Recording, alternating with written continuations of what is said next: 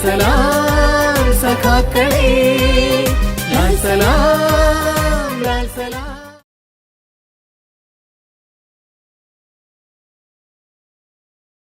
പ്രിയമുള്ള സഹാക്കളെ, സുഹൃത്തുക്കളെ, Marxist പാഠശാലയിൽ communist പാർട്ടിയിലെ നവരത്നങ്ങൾ എന്ന വിഷയത്തിൽ പുതിയ ഒരു രത്നത്തെ പരിചയപ്പെടുത്തുകയാണ്.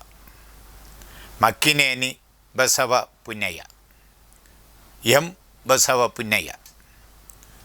ഇന്ത്യയിലെ കമ്മ്യൂണിസ്റ്റ് പാർട്ടിയുടെ ചരിത്രത്തിൽ ഏറ്റവും പ്രധാനപ്പെട്ട പ്രത്യയശാസ്ത്ര പോരാളി എന്ന് വിശേഷിപ്പിച്ചത് ബസവ പുന്നയ്യയെ ആയിരുന്നു. പ്രത്യയശാസ്ത്ര രംഗത്ത് കമ്മ്യൂണിസ്റ്റ് പാർട്ടി കടുത്ത വെല്ലുവിളി നേരിട്ടിരുന്ന സാഹചര്യങ്ങളിലെല്ലാം ആശയരംഗത്ത് കൂടുതൽ സ്ഫുടതയോടുകൂടി, ഏറ്റവും കൂടുതൽ വ്യക്തതയോടുകൂടി ഏറ്റവും വലിയ സംഭാവന നൽകിയത് ബസവ പുന്നയ്യയായിരുന്നു. അതുകൊണ്ടാണ് അദ്ദേഹത്തെ പ്രത്യയശാസ്ത്ര പോരാളി എന്ന് ആ കാലഘട്ടം മുതൽ മാധ്യമങ്ങളും കൂടെയുള്ള ആളുകളും വിശേഷിപ്പിച്ചു പോരുന്നത്. 1964 കമ്മ്യൂണിസ്റ്റ് പാർട്ടിയുടെ നാഷണൽ കൗൺസിലിൽ നിന്ന് 32 പേർ ഇറങ്ങി വന്നത് നമുക്കറിയാം. ഇവരായിരുന്നു communist party of India Marxist രൂപീകരിക്കാൻ നേതൃത്വം നൽകിയത്. അതിലേക്കായി 7ാമത് പാർട്ടി കോൺഗ്രസ് വിളിച്ചു ചേർത്ത് പുതിയ പരിപാടി അടക്കം അംഗീകരിച്ചു. പരിപാടിയുടെ കരട് രേഖ തയ്യാറാക്കിയത് ബസവ പുന്നയ്യയായിരുന്നു. 60 വർഷം നീണ്ടുനിന്ന രാഷ്ട്രീയ ജീവിതത്തിൽ പാർട്ടിയെ ആശയരംഗത്ത് മുന്നിൽ നിന്ന് നയിച്ചത് ബസവ പുന്നയ്യയായിരുന്നു. പാർട്ടി പരിപാടിയുടെ ആശാൻ ബസവ പുന്നയ്യയായിരുന്നു. അദ്ദേഹം ജീവിച്ചിരുന്ന കാലയളവിലെല്ലാം പാർട്ടി നേതൃത്വം കൊടുത്തുകൊണ്ട് രൂപീകരിച്ചിരുന്ന ഏത് സംഘടനയായാലും ആ സംഘടനയുടെ അഖിലേന്ത്യാ സമ്മേളനങ്ങൾ ചേരുമ്പോൾ ആ സമ്മേളന സ്ഥലത്ത് വരാനും ബഹുജന സംഘടന എന്ന നിലയ്ക്ക് അവിടെ പ്രസംഗിക്കാൻ കഴിയാത്തത് കൊണ്ട് ആ സംഘടനയിൽ നിന്ന് പോരുന്ന പാർട്ടി അംഗങ്ങളായ സഹാക്കളെ പ്രത്യേകം വിളിച്ചു ചേർത്ത് പാർട്ടി പരിപാടി എന്നും വിശദീകരിച്ചു പോന്നിരുന്നത് സഖാവ് ബസവ പുന്നയ്യയായിരുന്നുവെന്ന് ഞാൻ ഓർക്കുകയാണ്. ആന്ധ്രാപ്രദേശിലെ ഗുണ്ടൂർ ജില്ലയിലെ നാഗയതിപ്പ ഗ്രാമത്തിൽ 1914 ഡിസംബർ 14 ബസവ പുന്നയ്യ ജനിച്ചു. മുത്തച്ഛൻ്റെ വീട്ടിലായിരുന്നു ജനനം. എന്നാൽ സ്വദേശം ഗുണ്ടൂർ ജില്ലയിലെ റിപ്പല്ലക്കടുത്തുള്ള തുറുപ്പ് പാളമായിരുന്നു. അച്ഛൻ മക്കിനേനി വെങ്കടപ്പയ്യ ഒരു സമ്പന്ന കർഷകനായിരുന്നു. അദ്ദേഹം ഗാന്ധി ഭക്തനും സ്വാതന്ത്ര്യ സമര സേനാനിയുമായിരുന്നു. ഒരു സമ്പന്ന കർഷകനായിരുന്നു അദ്ദേഹം. അമ്മ ചാരുമതി, അവരും ഒരു സമ്പന്ന കർഷക കുടുംബാംഗമായിരുന്നു. പ്രാഥമിക വിദ്യാഭ്യാസം സ്വന്തം പ്രദേശത്താണ് ബസവ പുന്നയ്യ നടത്തിയത്. തുടർന്ന് ഇംഗ്ലീഷ് മീഡിയം സ്കൂളിൽ പഠിക്കാൻ പോയി. പഠിത്ത കാര്യത്തിൽ മികവ് പുലർത്തിയിരുന്ന ബസവ പുന്നയ്യ ഉയർന്ന നിലയിൽ സ്കൂൾ ഫൈനൽ പരീക്ഷ പാസ്സായി. കോളേജ് പഠനത്തിന് തിരഞ്ഞെടുത്തത് മച്ച്ലിപട്ടണം നോബിൾ കോളേജായിരുന്നു. സ്ത്രീ പഠനം, ഡിഗ്രി പഠനം പൂർത്തീകരിച്ചത് ഗുണ്ടൂരിലെ ആന്ധ്ര ക്രിസ്ത്യൻ കോളേജിലായിരുന്നു. ബസവ പുന്നയ്യ ജനിച്ച ഗുണ്ടൂർ ജില്ല അക്കാലത്ത് തന്നെ രാഷ്ട്രീയമായി വളരെയേറെ സജീവമായ ഒരു പ്രദേശമായിരുന്നു. എല്ലാ രാഷ്ട്രീയ പ്രശ്നങ്ങളുടെയും അലയൊലി ആ പ്രദേശത്ത് 1920-21 തന്നെ അല അടിച്ചുകൊണ്ടിരുന്നു എന്നതാണ് വസ്തുത. കോൺഗ്രസ് പാർട്ടി പ്രവർത്തനത്തിൽ പങ്കെടുത്തതിൻ്റെ പേരിൽ അച്ഛനെയും സഹപ്രവർത്തകരെയും പോലീസ് വന്ന് അറസ്റ്റ് ചെയ്ത് കൊണ്ടുപോയി, ജയിലിലടച്ചു. ഗാന്ധിജിയുടെ ആഹ്വാനമനുസരിച്ച് ബസവ പുന്നയ്യയും സമപ്രായക്കാരും സമരത്തിലേക്ക് എടുത്തു ചാടി. മദ്യവിരുദ്ധ പ്രസ്ഥാനമായിരുന്നു ഇവരെ ഏറെ ആകർഷിച്ചത്. എന്നാൽ ഗാന്ധി ഇർവിൻ സന്ധിയുടെ ഫലമായി നടന്നു വന്നിരുന്ന സമരം ഉപേക്ഷിച്ചു. ഇത് ബസവ പുന്നയ്യയെ മാനസികമായി വ്യാകുലപ്പെടുത്തി. സാമ്രാജ്യത്വ വിരുദ്ധ സമരത്തിന് വേഗതയും വീര്യവും പോരാ എന്നുള്ള തോന്നലും ബസവ പുന്നയ്യയിൽ ജനിച്ചു. 1930-31 വിദ്യാർത്ഥി പ്രസ്ഥാനത്തിലേക്ക് ആണ്ടിറങ്ങിയ ബസവ പുന്നയ്യ അതിൻ്റെ ആദ്യത്തെ ജനറൽ സെക്രട്ടറിയായി ഉയർന്നു. ദേശീയ രാഷ്ട്രീയ രംഗത്ത് 1934 പ്രധാനപ്പെട്ട വർഷമായിരുന്നു. ജയപ്രകാശ് നാരായണൻ കോൺഗ്രസ് സോഷ്യലിസ്റ്റ് പാർട്ടിക്ക് വിത്തുപാകിയ ദിനങ്ങളായിരുന്നു. ഇതിൻ്റെ കണ്ണിയായി കോൺഗ്രസ് സോഷ്യലിസ്റ്റ് പാർട്ടിയുടെ സംഘാടനം ആന്ധ്രയിൽ ഏറ്റെടുത്തിരുന്നത് പ്രൊഫസർ NG രംഗയായിരുന്നു. 1934 ജൂണിൽ ആന്ധ്രയിൽ ഇതിൻ്റെ ഘടകം രൂപീകരിച്ചു. കോൺഗ്രസ് സോഷ്യലിസ്റ്റ് പാർട്ടിയുടെ പ്രവർത്തനം ആരംഭിച്ചു. വിജയവാഡ, ഗുണ്ടൂർ തുടങ്ങി പ്രധാനപ്പെട്ട കേന്ദ്രങ്ങളിൽ ഇതിൻ്റെ ഘടകങ്ങൾ രൂപീകരിച്ച് പ്രവർത്തനം ആരംഭിച്ചിരുന്നു. ഇതിനിടയിൽ നടന്ന പ്രധാനപ്പെട്ടതും ബസവ പുന്നയ്യയുടെ രാഷ്ട്രീയ ധാരണ വിളിച്ചോതുന്നതുമായൊരു സംഭവമായിരുന്നു കോൺഗ്രസ് സോഷ്യലിസ്റ്റ് പാർട്ടിയുടെ ഗുണ്ടൂരിൽ ചേർന്ന യോഗം. കോൺഗ്രസ് സോഷ്യലിസ്റ്റ് പാർട്ടിയുടെ നയം വിശദീകരിച്ചത് ജോയിൻറ്റ് സെക്രട്ടറി MR മസാനിയായിരുന്നു. EMSും ആ യോഗത്തിൽ പങ്കെടുത്തിരുന്നു. ബസവ പുന്നയ്യയെ ആദ്യമായി കണ്ട് EMS ആ ഊഷ്മളമായ അനുഭവം പങ്കുവച്ചിട്ടുണ്ട്. ഇത്തരത്തിൽ രാഷ്ട്രീയ ധാരണ വളർത്തുന്നതിനും ശക്തമായി പ്രതികരിക്കുന്നതിനും ബസവ പുന്നയ്യയെ സഹായിച്ചതും പ്രാപ്തനാക്കിയതും കുട്ടിക്കാലം മുതൽ വളർത്തിയെടുത്ത വായനാശീലമായിരുന്നു. കയ്യിൽ കിട്ടുന്നതെല്ലാം കഥയും കവിതയും നോവലും എല്ലാം വായിക്കുന്നൊരു ശീലമുണ്ടായിരുന്നു. ഇതിലൂടെയാണ് വിദ്യാർത്ഥി നേതാവെന്ന നിലയിൽ പേരും പ്രാസംഗികനെന്ന നിലയിൽ അറിയപ്പെടാനും ഇടവന്നത്. ഈ കാലയളവിൽ Congress socialist party, trade union സംഘടനകൾ, കർഷക സംഘടനകൾ ഇവയെല്ലാം സംഘടിപ്പിക്കുകയായിരുന്നു. തെക്കൻ സംസ്ഥാനങ്ങളിൽ കോൺഗ്രസ് സോഷ്യലിസ്റ്റ് പാർട്ടിയുടെ ചുമതല P. സുന്ദരയ്യയായിരുന്നു. 1934-35 ബസവ പുന്നയ്യ ഈ പ്രവർത്തനങ്ങളിൽ മുഴുകിയിരുന്നു. ഈ ഒരു സമ്പർക്കം ബസവ പുന്നയ്യയിൽ രാഷ്ട്രീയ ധാരണ ദൃഢമാക്കുകയും ഒരുമിച്ച് പ്രവർത്തിക്കാനുള്ള ധാരണ വളർന്നു വരികയും ചെയ്തു. ഒരു ബദൽ രാഷ്ട്രീയവും പാർട്ടിയും തേടിയുള്ള ബസവ പുന്നയ്യയുടെ പരന്ന വായനയും പഠനവുമാണ് ബസവ പുന്നയ്യയെ സോഷ്യലിസത്തിലേക്കും കമ്മ്യൂണിസത്തിലേക്കും നയിച്ചത്. അതിലൂടെ 1935 ബസവ പുന്നയ്യ കമ്മ്യൂണിസ്റ്റ് പാർട്ടിയിൽ അംഗമായി. കൂടാതെ ഗുണ്ടൂർ ജില്ലയിൽ ആ കാലഘട്ടത്തിൽ അരങ്ങേറിയ ചില സംഭവങ്ങൾ ബസവ പുന്നയ്യയെ വല്ലാതെ സ്വാധീനിച്ചിരുന്നു. അതിൽ പ്രധാനപ്പെട്ടത് വിദ്യാർത്ഥികൾ സംഘടിപ്പിച്ച പിക്കറ്റിംഗ് സമരമായിരുന്നു. നൂറുകണക്കിന് വിദ്യാർത്ഥികൾ പ്രസ്തുത സമരത്തിൽ പങ്കെടുത്തു. സംഘാടകൻ എന്ന നിലയിൽ ഇത് ബസവ പുന്നയ്യയ്ക്ക് എന്തെന്നില്ലാത്ത സന്തോഷമാണ് പ്രദാനം ചെയ്തത്. സർക്കാർ ഓഫീസിൻ്റെ വാതായനമടച്ച് പിക്കറ്റിംഗ് സമരം നടത്തിയിരുന്ന സമരഭടന്മാരുടെ നെഞ്ചിലൂടെ ചവിട്ടിയാണ് ചില ഉദ്യോഗസ്ഥന്മാർ കടന്നുപോയത്.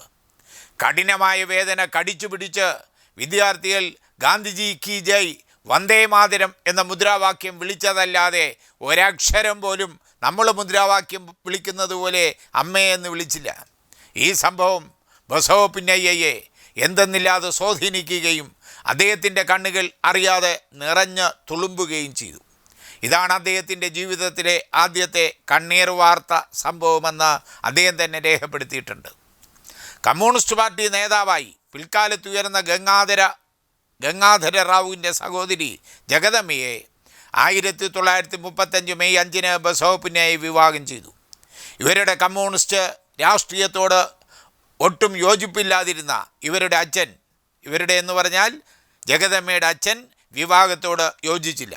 അതിനാൽ പുത്രൻ ഗംഗാധര റാവുവിന് അച്ഛൻ്റെ ഭാഗത്ത് നിന്ന് യാതൊരു സഹായവും ലഭിച്ചിരുന്നില്ല.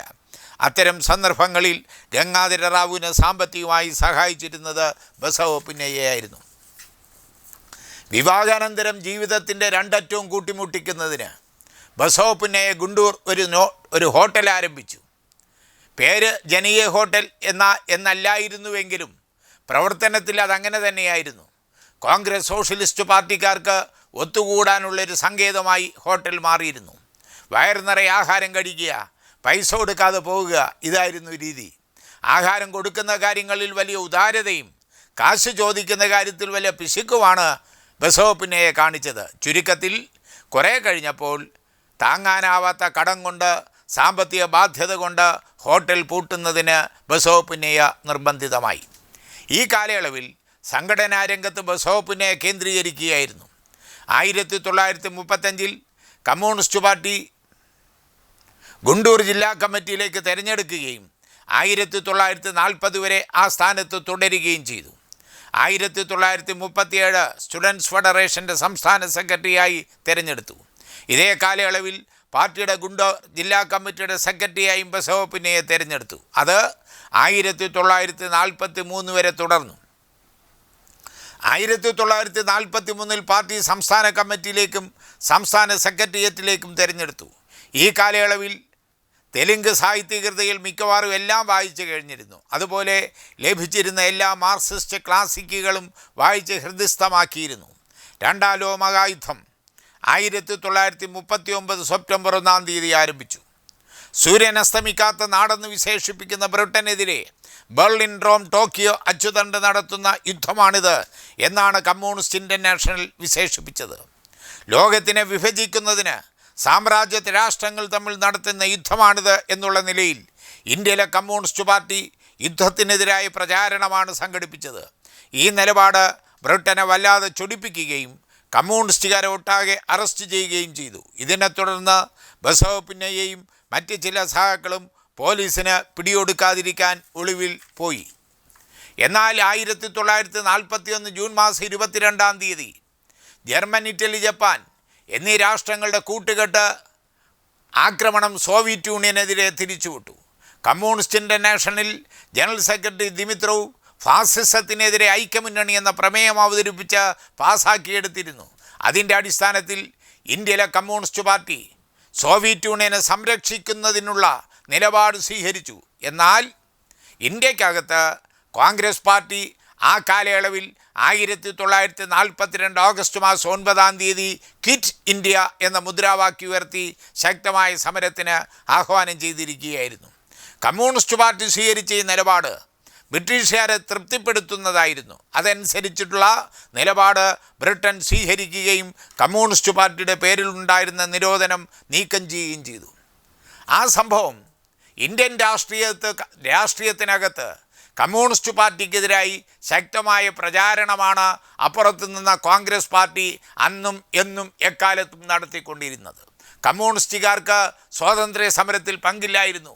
സ്വാതന്ത്ര്യ സമരത്തെ ആ പ്രസ്ഥാനത്തെ വഞ്ചിച്ചവരാണ് കമ്മ്യൂണിസ്റ്റുകാർ എന്നുള്ള ഹീനമായ ആക്രമണം കമ്മ്യൂണിസ്റ്റുകാർക്കെതിരെ കോൺഗ്രസ് പാർട്ടി തൊടുത്തുവിട്ടപ്പോൾ അതിനെ ചെറുത്തു തോൽപ്പിക്കുന്നതിന് ശക്തമായ പോരാട്ടം സംഘടിപ്പിച്ച, ആശയ സമരം സംഘടിപ്പിച്ചത് ബസവപ്പുന്നയായിരുന്നു.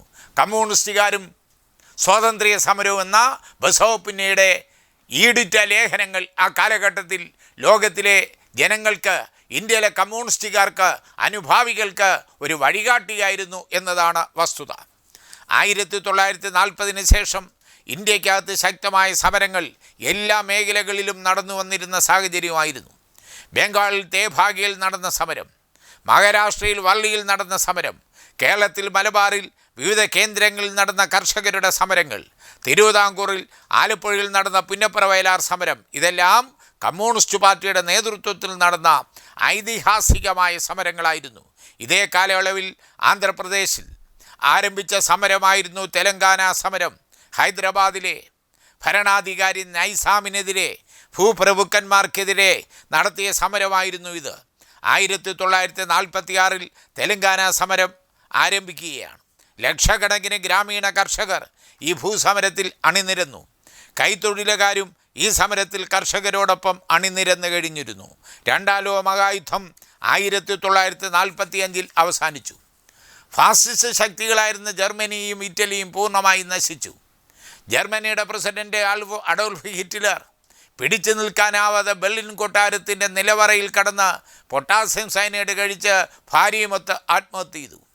ഇറ്റലിയിലെ ഭരണാധികാരി മുസോളിനിയെ രോഷാകുലരായ ജനങ്ങൾ പൊതുനിരത്തിൽ കല്ലെറിഞ്ഞു കൊന്ന് പൊതുനിരത്തിൽ കെട്ടിത്തൂക്കി. മറുവശത്ത് യുദ്ധത്തിൽ നിലയുറപ്പിച്ചിരുന്ന മഹത്തായ ബ്രിട്ടൻ്റെ ശക്തി ക്ഷയിച്ചു. ഈ ഒരു രാഷ്ട്രീയ സാഹചര്യത്തിൽ ബ്രിട്ടന് പിടിച്ചു നിൽക്കാൻ കഴിയാതെ വന്നു. ഇതുകൂടാതെ INA നടന്ന സമരം, വ്യവസായ മേഖലയിൽ 1946-47 കാലഘട്ടത്തിൽ ഉയർന്നു വന്ന പണിമുടക്കുകൾ, ഇവയെല്ലാം കോളനിയായി കഴിഞ്ഞ ഇന്ത്യക്ക് സ്വാതന്ത്ര്യം നൽകുന്നതിനെക്കുറിച്ചുള്ള ചിന്തയിലേക്കും അത്തരം നടപടികളിലേക്കും ബ്രിട്ടനെ നയിച്ചു. തുടർന്ന് 1947 ഓഗസ്റ്റ് 15 ഇന്ത്യക്ക് സ്വാതന്ത്ര്യം നൽകി. ഹൈദരാബാദിലെ നൈസാം ഇന്ത്യൻ സൈന്യത്തിൻ്റെ മുന്നിൽ കീഴടങ്ങി. അതോടൊപ്പം സമരരംഗത്ത് നിൽക്കുന്ന കർഷകരുമായി ചർച്ച നടത്തി പ്രശ്നം പരിഹരിക്കുന്നതിന് പകരം സമരത്തിനെ അടിച്ചമർത്തുന്നതിനുള്ള നിലപാടാണ് കേന്ദ്ര സർക്കാർ സ്വീകരിച്ചത്. നെഹ്റുവിൻ്റെ സർക്കാർ സൈന്യത്തിനയച്ച് സമരത്തിനെ നേരിട്ടു. ഇതിനെതിരെ ശക്തമായി പിടിച്ചു നിൽക്കുന്നതിനുള്ള പരിശ്രമമാണ് കമ്മ്യൂണിസ്റ്റ് പാർട്ടി നടത്തിയത്. ബസവ പുന്നയ്യ, പി സുന്ദരയ്യ എന്നിവരാണ് ഈ സമരത്തിനൊട്ടാകെ നേതൃത്വം നൽകിയത്. സുന്ദരയ്യ സമരത്തിന് നേതൃത്വം നൽകിയിരുന്നപ്പോൾ ബസവ പുന്നയ്യ പുറം നാടുകളിൽ സഞ്ചരിച്ച് പണം സമാഹരിച്ച് ആയുധങ്ങൾ വാങ്ങി സമരത്തിന് നൽകുന്ന രീതിയാണ് സ്വീകരിച്ചിരുന്നത്. സമരത്തിന് ആയുധവൽക്കരിക്കുക എന്ന സമീപനം ബസവ പുന്നയ്യയുടെ ഉത്തരവാദിത്വമായിരുന്നു. ഇതോടൊപ്പം സമരരംഗത്ത് നിൽക്കുന്നവരെ ആശയപരമായി ആയുധമണിയിക്കുന്നതിനുള്ള പ്രവർത്തനവും ബസവ പുന്നയ്യ നന്നായി നടത്തിയിരുന്നു. തെലങ്കാന സമരം നടക്കുന്നതിനിടയിലാണ് 1948 ഫെബ്രുവരിയിൽ കമ്മ്യൂണിസ്റ്റ് പാർട്ടിയുടെ രണ്ടാമത് കോൺഗ്രസ് കൽക്കട്ടയിൽ ചേർന്നത്. 1947 ഓഗസ്റ്റ് മാസം മുതൽ അധികാരം കൈയാളുന്ന കോൺഗ്രസ് പാർട്ടിയെ അധികാരത്തിൽ നിന്ന് നിഷ്കാസിതമാക്കുന്നതിന് സായുധ സമരം ആകാമെന്നുള്ളതായിരുന്നു പാർട്ടി കോൺഗ്രസ് അംഗീകരിച്ച രാഷ്ട്രീയ പ്രമേയത്തിൻ്റെ കാതൽ. കേന്ദ്ര സർക്കാർ കമ്മ്യൂണിസ്റ്റ് പാർട്ടിയുടെ പ്രവർത്തനം നിരോധിച്ചു. 1949 ഒക്ടോബർ 1 ചൈനയിൽ കമ്മ്യൂണിസ്റ്റ് പാർട്ടി അധികാരത്തിൽ വന്നു കഴിഞ്ഞിരുന്നു. ലോക കമ്മ്യൂണിസ്റ്റ് പാർട്ടിയുടെ ഭരണ സ്ഥാപനത്തിനായി പൊരുതുന്ന പാർട്ടികൾക്ക് മുന്നിൽ ഇപ്പോൾ വിപ്ലവത്തിൻ്റെ 2 മാർഗങ്ങൾ ഉണ്ടായിരുന്നു.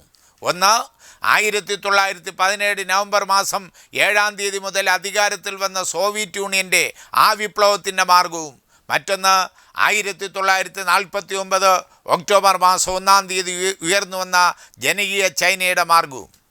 കേന്ദ്ര കമ്മിറ്റിയിൽ ഈ 2 മാർഗങ്ങളിൽ ഏതു മാർഗം വേണം എന്നതിനെ സംബന്ധിച്ചുള്ള രൂക്ഷമായ ചർച്ചയാണ് ഉയർന്നു വന്നത്. ആ ചർച്ചയ്ക്ക് പരിഹാരം കാണാനാവാത്ത തരത്തിൽ വിഷയം വഷളായി. ഈ ഒരു സാഹചര്യത്തിൽ സി രാജേശ്വര റാവുവും ബസവ പുന്നയ്യയും സമർപ്പിച്ച നിർദ്ദേശമാണ് അനുഭവ സമ്പത്തുള്ള സോവിയറ്റ് പാർട്ടിയുടെ സഹായം തേടുക എന്നത്. ഈ യോഗത്തിൽ രണ്ടാമത് പാർട്ടി കോൺഗ്രസ് തിരഞ്ഞെടുത്ത പാർട്ടി ജനറൽ സെക്രട്ടറി സ്ഥാനത്ത് നിന്ന് ബി.ടി. രണദിവയെ മാറ്റുകയും സി രാജേശ്വര റാവുവിനെ ജനറൽ സെക്രട്ടറിയായി നിശ്ചയിക്കുകയും ചെയ്തു. സോവിയറ്റ് പാർട്ടിയുടെ സഹായം ആരായുന്നതിനു വേണ്ടി 4 പേരുള്ള പ്രതിനിധി സംഘത്തിനെ മോസ്കോയിലേക്ക് വിടുന്നതിന് തീരുമാനിച്ചു. രാജേശ്വര റാവു, ബസവ പുന്നയ്യ, അജയ് ഘോഷ്, എസ് എ ഡാംഗെ എന്നിവരാണ് മോസ്കോയിൽ പോയത്. സോവിയറ്റ് പക്ഷത്തിൽ നിന്ന് പ്രസിഡന്റ് സ്റ്റാലിൻ അടക്കം എം.എ. സുസ്ലോവ്, മലട്ടോവ്, മൊലങ്കോവ് എന്നീ PB മെമ്പർമാരും അണിനിരന്നു. ലോകത്തിലെ നമ്പർ 1 എന്ന് വിശേഷിപ്പിക്കാൻ കഴിയുന്ന സോവിയറ്റ് കമ്മ്യൂണിസ്റ്റ് പാർട്ടി ജനറൽ സെക്രട്ടറിയും സോവിയറ്റ് യൂണിയൻ്റെ പ്രസിഡൻറ്റുമായ സ്റ്റാലിൻ ഇതെല്ലാം സമയമെടുത്ത് പങ്കെടുക്കുമോ എന്ന സംശയം ഇന്ത്യയിലെ സംഘത്തിനുണ്ടായിരുന്നു. അതിനെല്ലാം നിഷ്പ്രഭമാക്കിയാണ് സ്റ്റാലിൻ ചർച്ചയിൽ പങ്കെടുത്തതും നേതൃത്വം നൽകിയതും. ഇന്ത്യൻ വിപ്ലവത്തിന് അനുകൂലമായി എന്തെല്ലാം സംഭാവന ചെയ്യാമോ അതെല്ലാം ചെയ്യാൻ കഴിയുമെന്ന നിലയിലാണ് സ്റ്റാലിൻ ഉടനീളം പങ്കെടുത്തത്. സ്റ്റാലിൻ ഒരു കാര്യം ഇന്ത്യൻ സംഘത്തിന് ബോധ്യപ്പെടുത്തി. 1917 റഷ്യൻ മാർഗമായിരുന്നില്ല 1949 ചൈനീസ് വിപ്ലവത്തിൻ്റെ മാർഗം ആയതിനാൽ ഇന്ത്യൻ വിപ്ലവത്തിൻ്റെ മാർഗം ചൈനീസുമല്ല റഷ്യനുമല്ല, മറിച്ച് ഇന്ത്യൻ സാഹചര്യമനുസരിച്ച് ഇന്ത്യൻ മാർഗമാണ് ശരിയായ മാർഗമെന്ന പൊതുനിർദ്ദേശമാണ് അവർ അംഗീകരിച്ചത്.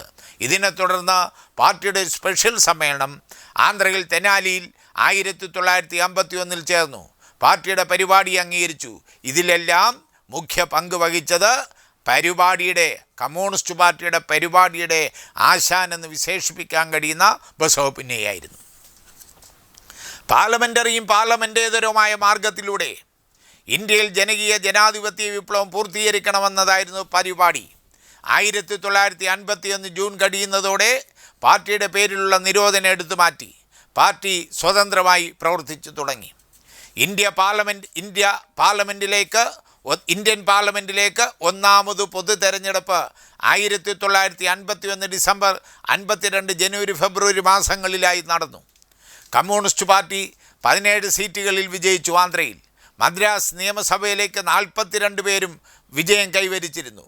ആന്ധ്രയിലെ കമ്മ്യൂണിസ്റ്റ് പാർട്ടിയുടെ കരുത്ത് വിളിച്ചോതുന്നതായിരുന്നു തെരഞ്ഞെടുപ്പ് ഫലം. ഇതിനെ തുടർന്ന് രാജ്യസഭയിലേക്ക് 1952 ഏപ്രിൽ മാസം തെരഞ്ഞെടുപ്പ് നടന്നപ്പോൾ ബസവപുന്നയ്യയെ രാജ്യസഭാ അംഗമായി തെരഞ്ഞെടുത്തു. 1966 വരെ പാർലമെൻറ്റ് മെമ്പറായി, രാജ്യസഭാ മെമ്പറായി അദ്ദേഹം തുടർന്നു. ഈ കാലയളവിൽ ബസവപുന്നയ്യ നടത്തിയ ഇടപെടലുകളും പ്രസംഗങ്ങളും വളരെ ശ്രദ്ധേയമായിരുന്നു. ഇന്ത്യൻ കമ്മ്യൂണിസ്റ്റ് പാർട്ടി സൈദ്ധാന്തികമായി കടുത്ത വെല്ലുവിളികൾ പാർട്ടിക്കകത്തും പുറത്തു നിന്നും നേരിട്ടപ്പോൾ മാർക്സിസം ലെനിനിസം ഉയർത്തിപ്പിടിച്ച് ശരിയുടെ പക്ഷത്ത് നിലയുറപ്പിച്ച നേതാവായിരുന്നു ബസവപുന്നയ്യ. സാർവദേശീയ രംഗത്ത് സ്റ്റാലിൻ, മാവോ സെത്തുങ് എന്നിങ്ങനെയുള്ള നേതാക്കന്മാരുമായിട്ടുള്ള ബന്ധം ഇതിനെല്ലാം സഹായകമായി തീർന്നിട്ടുണ്ട്. സോവിയറ്റ് കമ്മ്യൂണിസ്റ്റ് പാർട്ടിയുടെ 40ാമത് വാർഷികം 1957 നവംബർ മാസം ആചരിച്ചു.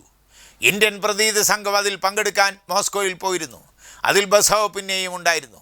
വാർഷിക പരിപാടിക്ക് ശേഷം ലോകത്തിലെ കമ്മ്യൂണിസ്റ്റ് പാർട്ടികളുടെ ഒരു സമ്മേളനം മോസ്കോയിൽ വിളിച്ചിരുന്നു. 12 കമ്മ്യൂണിസ്റ്റ് പാർട്ടികൾ അതിൽ പങ്കെടുത്തു. ഇന്ത്യയിൽ നിന്ന് പങ്കെടുത്ത ബസവപുന്നയ്യ, ഭുപേഷ് ഗുപ്ത എന്നിവർക്ക് ചൈനീസ് കമ്മ്യൂണിസ്റ്റ് പാർട്ടി നേതാവ് മാവോയെ കാണുന്നതിനും ആശയവിനിമയം നടത്തുന്നതിനും അവസരം ലഭിച്ചു. ലോക കമ്മ്യൂണിസ്റ്റ് പാർട്ടിക്കകത്ത് നടക്കുന്ന ചില വിവാദങ്ങളെ സംബന്ധിച്ച് അഭിപ്രായ പ്രകടനം നടത്തുന്നതിന് മാവോയോട് ഇവർ അഭ്യർത്ഥിച്ചു. മാവോയാകട്ടെ ഇന്ത്യൻ പ്രതിനിധി സംഘത്തിനെ ചൈനയിലേക്ക് ക്ഷണിക്കുകയാണ് ചെയ്തത്. ചൈനീസ് പാർട്ടി നേതാവ് ലൂ ഷാവോച്ചിയുമായി ചർച്ചയാണ് നിശ്ചയിച്ചിരുന്നത്. ആശയരംഗത്ത് കമ്മ്യൂണിസ്റ്റ് പാർട്ടിക്ക് ഒട്ടനവധി ആശയങ്ങൾ പകർന്നു നൽകിയ നേതാവായിരുന്നു ലൂ ഷാവോച്ചി. ഇതിനെ തുടർന്ന് ബസവപുന്നയ്യ ചൈന സന്ദർശിക്കുകയും ലൂ ഷാവോച്ചിയുമായി വിശദമായ ചർച്ചകൾ നടത്തുകയും ചെയ്തിരുന്നു. ഒന്നാമത്തെ പാർലമെൻറ്റ് ഇലക്ഷന് ശേഷം കമ്മ്യൂണിസ്റ്റ് പാർട്ടി പാർലമെൻറ്റിൽ 2ാമത്തെ പാർട്ടിയായിരുന്നു. 1952 മെയ് മാസം ചേർന്ന 1ാമത് ലോക്സഭയിൽ പാർലമെൻറ്റിലെ പ്രതിപക്ഷ നേതാവ് AK ഗോപാലൻ നടത്തുന്നൊരു പ്രസംഗം പ്രധാനമന്ത്രി പണ്ഡിറ്റ് ജവഹർലാൽ നെഹ്റുവിനെ ഏറെ സ്വാധീനിച്ചിരുന്നു. തുടർന്നാണ് ഇന്ത്യയിൽ ഇരുമ്പ്, ഉരുക്ക് ഇവ ഉപയോഗിച്ച് അടിസ്ഥാന വ്യവസായങ്ങൾ ആരംഭിക്കുന്നതിന് തീരുമാനിച്ചത്. അതിനുള്ള സഹായം നെഹ്റുവിൻ്റെ സർക്കാരിന് ലഭിച്ചത് സോവിയറ്റ് യൂണിയനിൽ നിന്നാണ്. അതിൻ്റെ കഥകളൊന്നും ഞാൻ സമയമെടുത്ത് വിശദീകരിക്കുന്നില്ല. കോൺഗ്രസ് പാർട്ടിയാകത്തെ സമ്പൂർണ്ണ AICC മീറ്റിംഗ് മദ്രാസിൽ ആവടിയിൽ വിളിച്ചു ചേർത്ത ഇന്ത്യ ഭരിക്കുന്ന കോൺഗ്രസ് പാർട്ടിയുടെ ലക്ഷ്യം സമത്വസുന്ദരമായ ക്ഷേമരാഷ്ട്രമാണെന്ന് പ്രഖ്യാപിക്കുകയും ചെയ്തു. ഇതിനെ തുടർന്ന് 1953 ഡിസംബർ 27 മുതൽ ജനുവരി 4 വരെ 3ാമത് പാർട്ടി കോൺഗ്രസ് മധുരയിൽ ചേർന്നപ്പോൾ ഈ കോൺഗ്രസിൽ വലതുപക്ഷ വ്യതിയാനത്തിൻ്റെ വിത്തുകൾ, റിവിഷനിസത്തിൻ്റെ വിത്തുകൾ ഇന്ത്യൻ കമ്മ്യൂണിസ്റ്റ് പാർട്ടിയിൽ പാകിയിരുന്നതായി നമുക്ക് കാണാൻ കഴിയും. PC ജോഷിയുടെ നേതൃത്വത്തിൽ വർഗസഹകരണമെന്ന ആശയമാണ് ഉയർത്തിപ്പിടിച്ചിരുന്നത്. തുടർന്നുള്ള പാർട്ടി കോൺഗ്രസുകളിൽ വർഗസഹകരണമെന്ന നയം ഉപേക്ഷിക്കുന്നതിനു പകരം അത് ശക്തിപ്പെടുത്തുന്നതിനുള്ള സമീപനമാണ് പാർട്ടിക്കകത്ത് നടന്നിരുന്നത്. 5ാമത് പാർട്ടി കോൺഗ്രസിൽ രാഷ്ട്രീയ പ്രമേയം 1 പകരം 3 ആയിരുന്നു. 6ാമത് പാർട്ടി കോൺഗ്രസ് 1961 വിജയവാഡയിൽ ചേരുമ്പോൾ ഒരു രാഷ്ട്രീയ പ്രമേയം പോലും കേന്ദ്ര കമ്മിറ്റിക്ക് അംഗീകരിച്ച് കോൺഗ്രസിൽ അവതരിപ്പിക്കാൻ കഴിയുന്ന സാഹചര്യമില്ലായിരുന്നു. തുടർന്ന് റഷ്യൻ പാർട്ടിയുടെ PB അംഗം സുസ്ലോവിൻ്റെ സമയോചിതമായ ഇടപെടലിനെ തുടർന്നാണ് ജനറൽ സെക്രട്ടറി നടത്തുന്ന പ്രസംഗം രാഷ്ട്രീയ പ്രമേയമായി അംഗീകരിക്കാമെന്ന സമീപനം സ്വീകരിച്ചത്. പാർട്ടി ജനറൽ സെക്രട്ടറിയായി അജയ് ഘോഷിനെയാണ് തിരഞ്ഞെടുത്തത്. 1962 അജയ് ഘോഷിൻ്റെ നിര്യാണത്തിനെ തുടർന്ന് പാർട്ടിക്കകത്തെ പ്രശ്നം വീണ്ടും രൂക്ഷമായി, ഗുരുതരമായി. പുതിയ ജനറൽ സെക്രട്ടറിയെ തിരഞ്ഞെടുക്കാൻ കഴിയാത്ത സാഹചര്യം ഉയർന്നു വന്നു. അന്നേ വരെ ഇല്ലാതിരുന്ന പാർട്ടി ചെയർമാൻ എന്ന പുതിയ സ്ഥാനം ഉണ്ടാക്കി പ്രശ്നം പരിഹരിക്കാൻ വേണ്ടിയുള്ള പരിശ്രമമാണ് അന്ന് പാർട്ടി നടത്തിയത്. ഇതിനെ തുടർന്ന് P. സുന്ദരയ്യ, BT രണദിവെ, പ്രമോദ് ദാസ് ഗുപ്ത, സുർജിത് സിംഗ്, ബസവപുന്നയ്യ എന്നിവർ ബസവപുന്നയ്യയുടെ വസതിയിൽ യോഗം ചേർന്നു. ഇന്ത്യയിലെ കമ്മ്യൂണിസ്റ്റ് പാർട്ടിയെ രക്ഷിക്കുന്നതിനും നിലനിർത്തുന്നതിനും പാർട്ടിയിൽ നിന്ന് വേറിട്ട് നിൽക്കേണ്ടി വരുമെന്ന ആവശ്യമാണ് ചർച്ച ചെയ്തത്. പാർട്ടിക്കകത്ത് ശക്തമായ സെക്ടേറിയൻ നിലപാട് നിലനിൽക്കുമ്പോഴാണ് 1962 ഇന്ത്യ ചൈന അതിർത്തി തർക്കം ഉടലെടുക്കുന്നത്. ഇതിൻ്റെ ഭാഗമായി കരുതൽ തടവെന്ന പേരിൽ BT രണദിവെ, ബസവപുന്നയ്യ, പ്രമോദ് ദാസ് ഗുപ്ത എന്നിവരടക്കം 1000-ലേറെ പേരെ അറസ്റ്റ് ചെയ്ത് തുടർന്ന് മാസങ്ങൾക്ക് ശേഷമാണ് ഇവരെ മോചിപ്പിച്ചത്. ചെയർമാനായി എസ് എ ഡാങ്കെ നിശ്ചയിച്ച് പ്രശ്നങ്ങൾ പരിഹരിക്കാനായി ശ്രമിച്ചെങ്കിലും ദിവസം കഴിയുന്തോറും പ്രശ്നങ്ങൾ ഗുരുതരമാകുകയാണ് ഉണ്ടായത്. ബസവപ്പിനെയും ഇതര നേതാക്കളും മുന്നോട്ട് വയ്ക്കുന്ന നിർദ്ദേശങ്ങളും അഭിപ്രായങ്ങളും നാഷണൽ കൗൺസിലിലെ ഭൂരിപക്ഷം ഉപയോഗിച്ച് തള്ളിക്കളയുകയാണ് ചെയ്യുന്നത്. തുടർന്നാണ് 1964 ഏപ്രിൽ മാസത്തിൽ ചേർന്ന നാഷണൽ കൗൺസിൽ യോഗത്തിൽ നിന്ന് 32 പേർ ഇറങ്ങി വന്നതും 7ാമത്തെ പാർട്ടി കോൺഗ്രസ് വിളിച്ചു ചേർത്ത് communist party of India Marxist രൂപീകരിക്കുകയും ചെയ്തത്. നാഷണൽ കൗൺസിലിൽ നിന്ന് ഇറങ്ങി വന്നേരെ ഒരു സംഘാടക സമിതിയായി നിശ്ചയിച്ചിട്ടാണ് പാർട്ടി കോൺഗ്രസ് നടത്തുന്നതിനുള്ള തയ്യാറെടുപ്പ് നടന്നത്. കോൺഗ്രസിൽ അവതരിപ്പിക്കാനുള്ള പാർട്ടി പരിപാടി തയ്യാറാക്കുന്നതിന് എം ബസവപ്പുന്നയ്യ, സർ സുർജിത് സിംഗ്, അതുപോലെ പി രാമമൂർത്തി എന്നിവരെയാണ് ചുമതലപ്പെടുത്തിയിരുന്നത്. CPIM പരിപാടിയെ സംബന്ധിച്ച് ആധികാരികമായി ഇന്ത്യയിൽ പറയാൻ കഴിഞ്ഞിരുന്ന സൈദ്ധാന്തികൻ ബസവപ്പുന്നയ്യായിരുന്നു.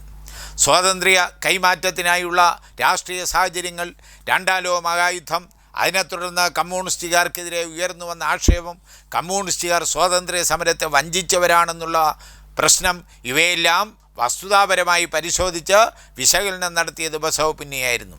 സ്വാതന്ത്ര്യാനന്തരം ഇന്ത്യൻ ഭരണകൂടത്തിൻ്റെ വർഗ സ്വഭാവം, ഇന്ത്യ ഭരിക്കുന്ന ശക്തികൾ, ഇതെല്ലാം വളരെ വിശദമായി പ്രതിപാദിക്കുന്ന രേഖയായി പാർട്ടി പരിപാടി മാറ്റിയത് ബസവപ്പുന്നയ്യായിരുന്നു. ഇന്ത്യൻ വിപ്ലവത്തിൻ്റെ തന്ത്രം, വിപ്ലവത്തിൻ്റെ സ്വഭാവം, ഇതെല്ലാം നല്ല വ്യക്തതയോടെ പാർട്ടി പരിപാടിയിൽ ബസവപ്പുന്നയ്യ വിസ്തരിച്ച് പ്രതിപാദിച്ചിരുന്നു.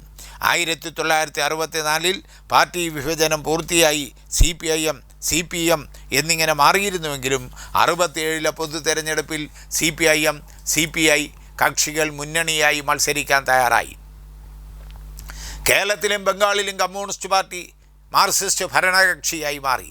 എന്നാൽ 1968 ആകുമ്പോഴേക്കും CPIMൽ ഇടത് തീവ്രവാദ വ്യതിയാനം കണ്ടു തുടങ്ങി. ഇതിൻ്റെ ഉയർന്ന രൂപമാണ് നക്സലൈറ്റ് പ്രസ്ഥാനം. ഇതിൻ്റെ ശക്തമായ സ്വാധീനം ദൃശ്യമായത് ആന്ധ്രാപ്രദേശത്തിലാണ്. 1967 പാർട്ടി കേന്ദ്ര കമ്മിറ്റി ഇടതുപക്ഷ തീവ്രവാദത്തിനെതിരെ ഒരു പ്രമേയം തയ്യാറാക്കാൻ ശ്രമിച്ചെങ്കിലും അത് കഴിഞ്ഞിരുന്നില്ല. ദാർശനിക പ്രശ്നങ്ങൾ ചർച്ച ചെയ്യുന്നതിനാണ് 68 ബർദ്വാൻ പ്ലീനം ചേരുന്നതിന് തീരുമാനിച്ചത്. അതിലേക്കുള്ള ദാർശനിക രേഖ തയ്യാറാക്കിയതും ബസവപ്പുന്നയ്യാണ്. ദാർശനിക രംഗത്തെ പ്രശ്നങ്ങൾ, ഇത്തരത്തിലുള്ള സൈദ്ധാന്തികമായ യുദ്ധത്തിന് പാർട്ടിയുടെ വാരികയായ മുഖപത്രമായ പീപ്പിൾസ് ഡെമോക്രസിയെയാണ് ഉപയോഗിച്ചിരുന്നത്. CPIM സാർവദേശീയ രംഗത്ത് കടുത്ത ആശയസമരമാണ് കമ്മ്യൂണിസ്റ്റ് പാർട്ടിയും ചൈനീസ് കമ്മ്യൂണിസ്റ്റ് പാർട്ടിയും സംഘടിപ്പിക്കേണ്ടി വന്നത്.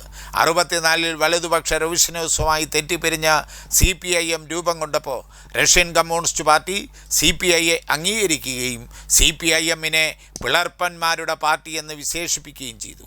റഷ്യൻ കമ്മ്യൂണിസ്റ്റ് പാർട്ടിയുടെ നിലപാടിനെതിരെയുള്ള ശക്തമായ നിലപാട് സ്വീകരിച്ചുകൊണ്ട് ആശയങ്ങളാകുന്ന ആയുധങ്ങൾ സപ്ലൈ ചെയ്തത് ബസവപ്പുന്നയ്യ അല്ലാതെ മറ്റാരുമായിരുന്നില്ല. 68 ഇടത് തീവ്രവാദം തലപൊക്കി നക്സലൈറ്റ് പ്രസ്ഥാനം രൂപം കൊണ്ടപ്പോൾ ചൈനീസ് കമ്മ്യൂണിസ്റ്റ് പാർട്ടി സ്വീകരിച്ച നിലപാട് CPIMനെതിരെയായിരുന്നു. ഇന്ത്യയിൽ വിപ്ലവത്തിൻ്റെ ഇടിമുഴക്കം എന്നാണ് അവർ വിശേഷിപ്പിച്ചത്. അപ്പോഴും സൈദ്ധാന്തിക അടിത്തറ വിപുലമാക്കി ശക്തമായ നിലപാട് സ്വീകരിക്കാൻ നിലകൊണ്ടത് ബസവപ്പുന്നയ്യായിരുന്നു. പശ്ചിമ ബംഗാളിൽ 1977 മുതൽ 72 മുതൽ അർദ്ധ ഫാസിസ്റ്റ് ഭരണം അരങ്ങേറി. CPIMനെ കായികമായി തകർക്കുന്നതിനുള്ള പരിശ്രമമാണ് നടത്തിയത്. ഇതിൻ്റെ ഉയർന്ന തലത്തിലാണ് പ്രധാനമന്ത്രി ഇന്ദിരാഗാന്ധിക്കെതിരായി ഹൈക്കോടതി വിധി ഉണ്ടായത്. തുടർന്ന് 1975 ജൂൺ മാസം 25-ാം തീയതി രാജ്യം അടിയന്തരാവസ്ഥയിലേക്ക് നീങ്ങി. രാജ്യമൊട്ടുക്ക് CPIMൻ്റെ നേതാക്കന്മാരെയും ഇതര ജനാധിപത്യവാദികളെയും അറസ്റ്റ് ചെയ്ത് ജയിലിലടച്ചു. ബസവപ്പുന്നയെ വിജയവാഡയിൽ വെച്ച് അറസ്റ്റ് ചെയ്ത് മാസങ്ങളോളം സെക്കന്ദരാബാദിൽ ജയിലിൽ ആണ് അടച്ചത്. തുടർന്ന് കോൺഗ്രസിൻ്റെ സ്വേച്ഛാധിപത്യ നടപടികൾക്കെതിരെ ഇടതുപക്ഷ പാർട്ടികളുടെയും ജനാധിപത്യ പാർട്ടികളുടെയും വിപുലമായ സ്വേച്ഛാധിപത്യ വിരുദ്ധ മുന്നണി എന്ന ആശയമാണ് CPIM മുന്നോട്ട് വച്ചത്. തുടർന്ന് ജനാധിപത്യ പാർട്ടി ഒഴികെയുള്ള പാർട്ടികൾ ചേർന്ന് ജനതാ പാർട്ടി രൂപീകരിച്ചു. രാജ്യമൊട്ടുക്ക് ജനാധിപത്യം, ജന്മാവകാശം, അടിയന്തരാവസ്ഥ, അറബിക്കടലിൽ എന്ന മുദ്രാവാക്യം ഉയർത്തി ശക്തമായ പ്രതിഷേധ പ്രകടനം, സമരം ഇവ നടന്നു. 1977 ആരംഭത്തിൽ അടിയന്തരാവസ്ഥയ്ക്ക് അയവ് വരുത്തി. തുടർന്ന് നടന്ന തെരഞ്ഞെടുപ്പിൽ സ്വതന്ത്ര ഇന്ത്യയുടെ ചരിത്രത്തിൽ ആദ്യമായി കോൺഗ്രസ് വിരുദ്ധ സർക്കാർ നിലവിൽ വന്നു. മൊറാർജി ദേശായി രാജ്യത്തിൻ്റെ പ്രധാനമന്ത്രിയായി. 1978 ഏപ്രിൽ 2 മുതൽ 8 വരെ ജലന്ധറിൽ ചേർന്ന 10ാമത് പാർട്ടി കോൺഗ്രസ് 1982 ജനുവരി 26 മുതൽ 31 വരെ വിജയവാഡയിൽ 11ാമത് കോൺഗ്രസും 12ാമത് പാർട്ടി കോൺഗ്രസ് 56 ഡിസംബർ 24 മുതൽ 26 വരെ കൽക്കട്ടയിലും 13ാമത് പാർട്ടി കോൺഗ്രസ് 98 ഡിസംബർ 27 മുതൽ 89 ജനുവരി 1 വരെ തിരുവനന്തപുരത്തുമാണ് ചേർന്നത്. എന്നാൽ 91 ലോക രാഷ്ട്രീയ രംഗത്ത് വലിയൊരു തിരിച്ചടിയാണ് കമ്മ്യൂണിസ്റ്റ് പാർട്ടികൾക്കുണ്ടായത്. 1960 80 കമ്മ്യൂണിസ്റ്റ് പാർട്ടികളുടെ സാർവദേശീയ സമ്മേളനം മോസ്കോയിൽ ചേർന്നു. ലോക രാഷ്ട്രീയ രംഗത്ത് കമ്മ്യൂണിസ്റ്റ് പാർട്ടികൾ ഭരണകക്ഷിയായി നിലവിലിരിക്കുന്ന രാജ്യങ്ങളിൽ പാർട്ടികൾക്കൊരിക്കലും തിരിച്ചടി ഉണ്ടാകില്ല എന്നതായിരുന്നു നിഗമനം. അത്തരത്തിലുള്ള നിഗമനങ്ങളെ വെല്ലുവിളിക്കുന്ന സംഭവഗതികളാണ് 1991 സോവിയറ്റ് യൂണിയൻ്റെ പതനത്തോടുകൂടി ഉണ്ടായത്. ഇതിനെ തുടർന്ന് കമ്മ്യൂണിസ്റ്റ് പാർട്ടികളുടെ ഇടയിൽ വലിയ ആശയക്കുഴപ്പമാണ് ഉണ്ടായത്. പാർട്ടികൾ പേരുമാറ്റുന്ന കാര്യം, ചുവന്ന കൊടികൾ മാറ്റുന്ന കാര്യം, ഇവയെല്ലാം വളരെ സജീവമായി ചർച്ച ചെയ്തിരുന്നു. വലതുപക്ഷ മുതലാളിത്ത പണ്ഡിതന്മാർ മാർക്സിസം പഴഞ്ചൻ സിദ്ധാന്തമാണ്, കാലഹരണപ്പെട്ട സിദ്ധാന്തമാണ് എന്നുള്ള പ്രചാരണമാണ് നടത്തിയത്. ഈ കാലഘട്ടത്തിലാണ് പാർട്ടിയുടെ 14ാമത് കോൺഗ്രസ് 1992 ജനുവരി 3 മുതൽ 10 വരെ മദ്രാസിൽ നടന്നത്. കോൺഗ്രസിലെ പ്രധാനപ്പെട്ട അജണ്ട പ്രത്യയശാസ്ത്ര പ്രശ്നങ്ങൾ ആയിരുന്നു. എന്തുകൊണ്ട് സോവിയറ്റ് യൂണിയൻ തകർന്നു? പ്രത്യയശാസ്ത്ര പ്രശ്നമാണോ, പ്രയോഗത്തിൽ വന്ന പിഴവാണോ? ഈ പ്രത്യയശാസ്ത്ര ചർച്ചയ്ക്ക് നേതൃത്വം നൽകിയത് ബസോപിന്നയായിരുന്നു.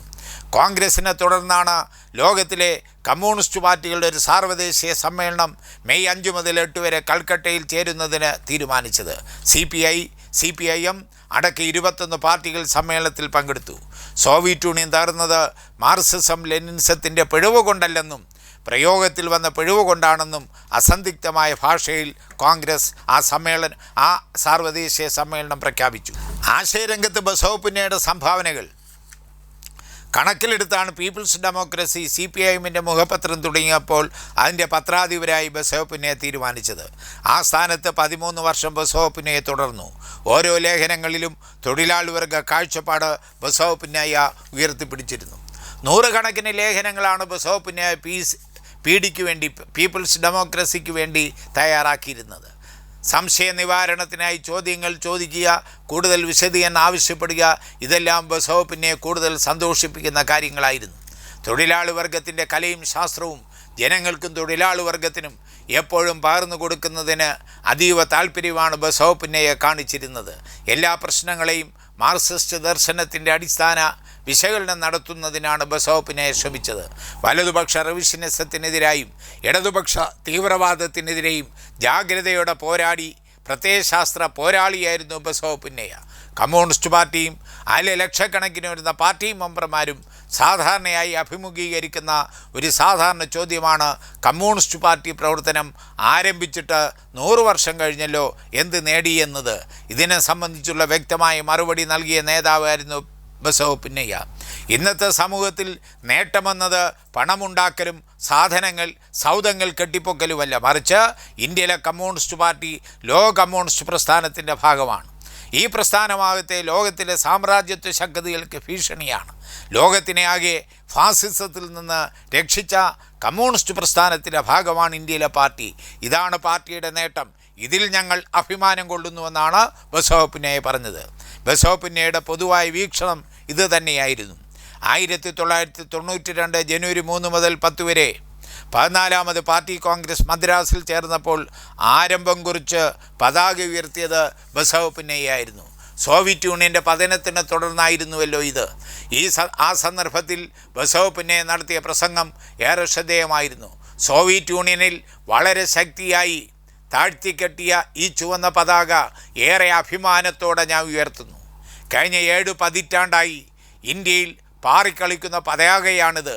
ലോകത്തെവിടെയെങ്കിലും എന്തെല്ലാം നടന്നാലും ഇന്ത്യയിൽ ഈ ചുവന്ന കൊടി ഉയർത്തിപ്പിടിക്കുന്നു. ഇന്ത്യയിലെ തൊഴിലാളികളും കർഷക തൊഴിലാളികളും ഈ പതാക ഉയർത്തിപ്പിടിക്കുന്നത് ഇത് മാനവരാശിയുടെ മോചനത്തിൻ്റെ പതാകയാണ് എന്നുള്ളത് കൊണ്ടാണ്. എല്ലാ തരത്തിലുള്ള അടിച്ചമർത്തലിനെയും ചൂഷണത്തിനെതിരെ ഉയർന്നു വന്ന പതാകയാണിത്. ഇത് ലോക സോഷ്യലിസ്റ്റ് പ്രസ്ഥാനത്തിൻ്റെ വിജയത്തിൻ്റെ പതാകയാണ്. ഈ രക്തപതാകയെ വന്ദിക്കാം. നിരവധി ധീരരായ രക്തസാക്ഷികളുടെ ചോര കൊണ്ടാണ് ചുമപ്പിച്ചതാണ് ഈ രക്തപതാക. ഇതായിരുന്നു പ്രസംഗത്തിൻ്റെ ചുരുക്കം. മദ്രാസിൽ ചേർന്ന 14ാമത് പാർട്ടി കോൺഗ്രസ് പാർട്ടി പരിപാടി കാലോചിതമായി പരിഷ്കരിക്കുന്നതിന് തീരുമാനിച്ചു. 1960-ൽ സാർവദേശീയ കമ്മ്യൂണിസ്റ്റ് പാർട്ടികളുടെ നിഗമനത്തിനെതിരെ സോവിയറ്റ് യൂണിയനിൽ സംഭവഗതികൾ ഉയർന്നു വന്നതിലാണ് ഈ തീരുമാനം പാർട്ടി കോൺഗ്രസ് കൈക്കൊണ്ടത്. ഇതിനായി ബസവപുന്നയ്യ, സുർജിത്, EMS എന്നിവരെ കമ്മീഷനായി ചുമതലപ്പെടുത്തി. ബസവപുന്നയ്യ ഈ സബ് കമ്മിറ്റിയുടെ കൺവീനറായിരുന്നു. ആ ഉത്തരവാദിത്വം പൂർണ്ണമാക്കാൻ ബസവപുന്നയ്യയ്ക്ക് കഴിഞ്ഞിരുന്നില്ല. 1992 ഏപ്രിൽ മാസം 12 പതിവ് പോലെ പീപ്പിൾസ് ഡെമോക്രസി ഓഫീസിൽ പോയതിന് ശേഷം സീതാറാം യെച്ചൂരിയുടെ മുറിയിൽ പോയി അടുത്ത ലക്കം പീപ്പിൾസ് ഡെമോക്രസിയെക്കുറിച്ച് ചില ചർച്ചകൾ നടത്തിയിരുന്നു. തുടർന്ന് സ്വന്തം വീട്ടിലെത്തി ബസവപുന്നയ്യ രൂക്ഷമായ ഹൃദയാഘാതം ഉണ്ടാവുകയും ഡോക്ടർമാരുടെ പരിശ്രമങ്ങളെല്ലാം പരാജയപ്പെടുത്തി ബസവപുന്നയ്യയുടെ ഹൃദയചലനം നിലയ്ക്കുകയും ചെയ്തു. അങ്ങനെ ഇന്ത്യൻ കമ്മ്യൂണിസ്റ്റ് പാർട്ടിക്കകത്ത് എന്നുമെന്നും മാർക്സിസം ലെനിനിസം ഉയർത്തിപ്പിടിച്ചുകൊണ്ട് ഇന്ത്യൻ രാഷ്ട്രീയ സാഹചര്യം വിലയിരുത്താനും വിശകലനം ചെയ്യാനും അതിൻ്റെ അടിസ്ഥാനത്തിൽ കമ്മ്യൂണിസ്റ്റ് പാർട്ടിയുടെ പരിപാടി ആവിഷ്കരിക്കാനും നേതൃത്വം കൊടുത്തിട്ടുള്ള പ്രത്യയശാസ്ത്ര പോരാളിയാണ് സഖാവ് ബസവപുന്നയ്യ. ഇന്ത്യയിലെ ആദ്യ തലമുറയിലെയും പിൽക്കാലത്ത് വന്ന തലമുറയിലെയും പുതിയ സഖാക്കൾക്ക് പാർട്ടി പരിപാടിയുടെ പാഠങ്ങൾ പകർന്നു കൊടുത്ത ഏറ്റവും വലിയ മാർക്സിസ്റ്റ് അധ്യാപകനായിരുന്നു ബസവപുന്നയ്യ എന്നുകൂടെ ചൂണ്ടിക്കാണിച്ചുകൊണ്ട് ബസവപുന്നയ്യയെക്കുറിച്ചുള്ള ഈ പ്രസംഗം ഞാനിവിടെ അവസാനിപ്പിക്കുകയാണ്. സഖാക്കളെ, അഭിവാദനങ്ങൾ.